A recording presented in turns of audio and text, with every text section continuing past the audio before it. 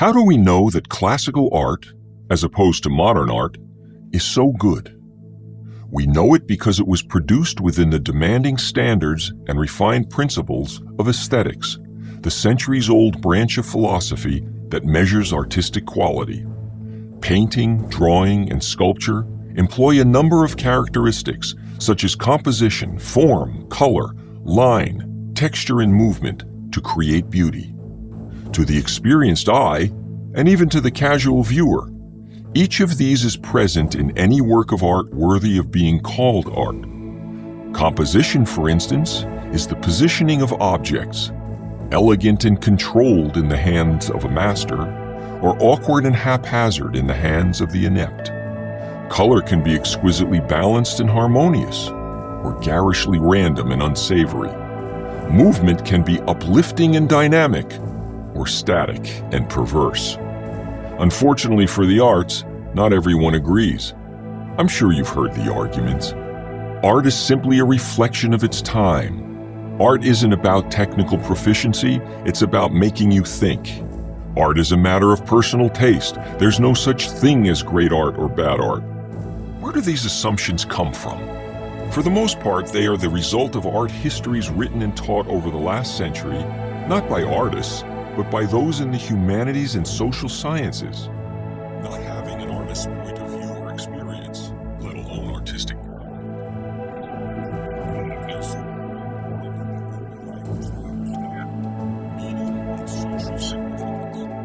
It's no surprise then that people have come away with the idea that art is simply a reflection of its time. It can be, but not necessarily. In fact, the great artists of the past didn't care one whit about reflecting their times. They cared primarily about creating art that looked good.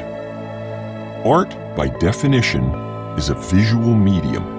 Therefore, its meaning and ability to make you think are secondary to how it looks.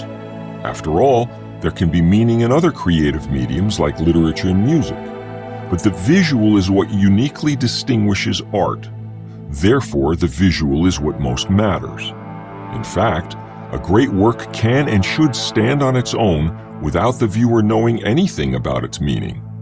When a visual medium becomes more about what it means and less about its pure visual experience, it might succeed as, say, journalism or social commentary, but it has failed as art. So, what do we look for to determine quality in art? It is found in the skillful execution of a visual medium.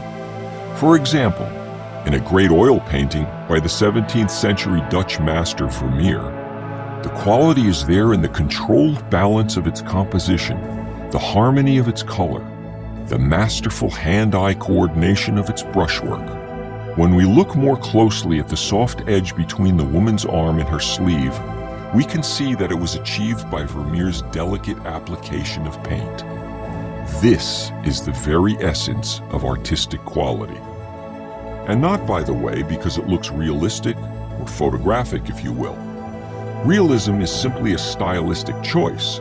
In fact, great art need not even look realistic to be great. It's no wonder that many people believe the myth that photography put an end to classical art, given that they assumed that looking photographic was the purpose of a painting. But that was never the goal of the classical artist. Quality of execution was. With each viewing of classical art, our experience of it deepens, while the experience one derives from much of more contemporary art is generally instantaneous, and, like a joke that requires a punchline, is over once one gets it. This is not to say we can't enjoy works of the modern era, but remember that quality and taste are different things. Quality is based on developed standards, taste on personal preference. There's one thing great art will never do. It will never make a fool of you. Its level of quality is readily apparent to anyone with eyes to see, independent of its meaning.